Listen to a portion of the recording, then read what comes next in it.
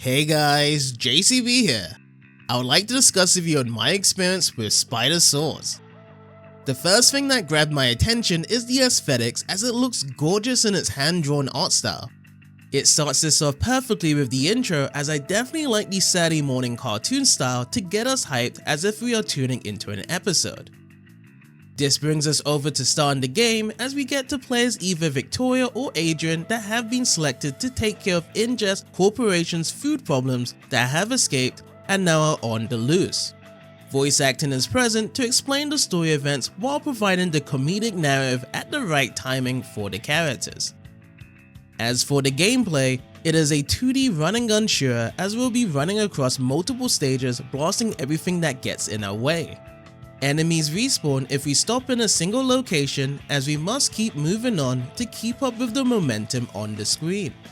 This brings upon the challenge on testing our reflexes, dodging their attacks, along with our accuracy from our weapon fire to make our way across to the next section. Health is limited though with the amount of damage we can take, and food is made to be scarce across the stages if we do need to recover it back. Losing a life will make us start at the last checkpoint, as we routinely need to develop the trial and error pattern to make progression. In terms of making progress, checkpoints are usually added after the boss sections of each stage. These bosses are equipped with their own attack patterns and designs to showcase their evolutionary changes from what their company has done to them.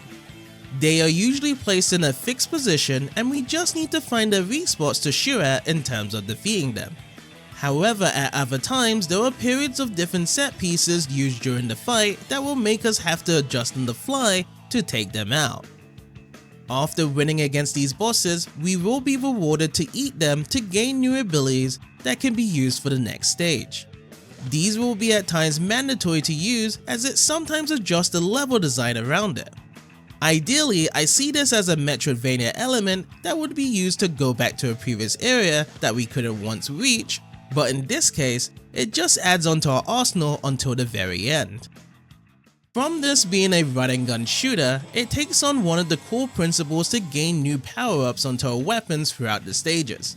Each power-up has up to 2 levels max, as this enables us to use a strengthened version that has different effects to our shots that can be used on the enemies.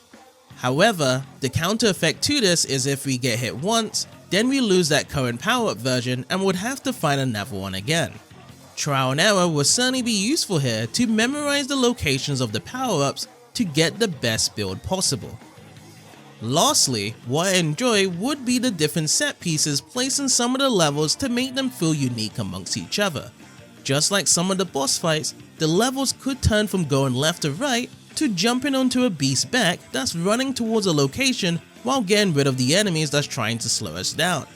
These elements shape up the differences of each level, having the surprise factor on exploring what's going to happen next. Overall, Spidersaurs is a fun 2D run and gun shooter, as it brings in that Saturday morning cartoon style with its aesthetic designs, along with adding in new elements to spicing up the gameplay to make this into a thrilling experience from start to finish. If any of you guys have any experiences with this game, feel free to share in the comments, and I hope you have a wonderful day.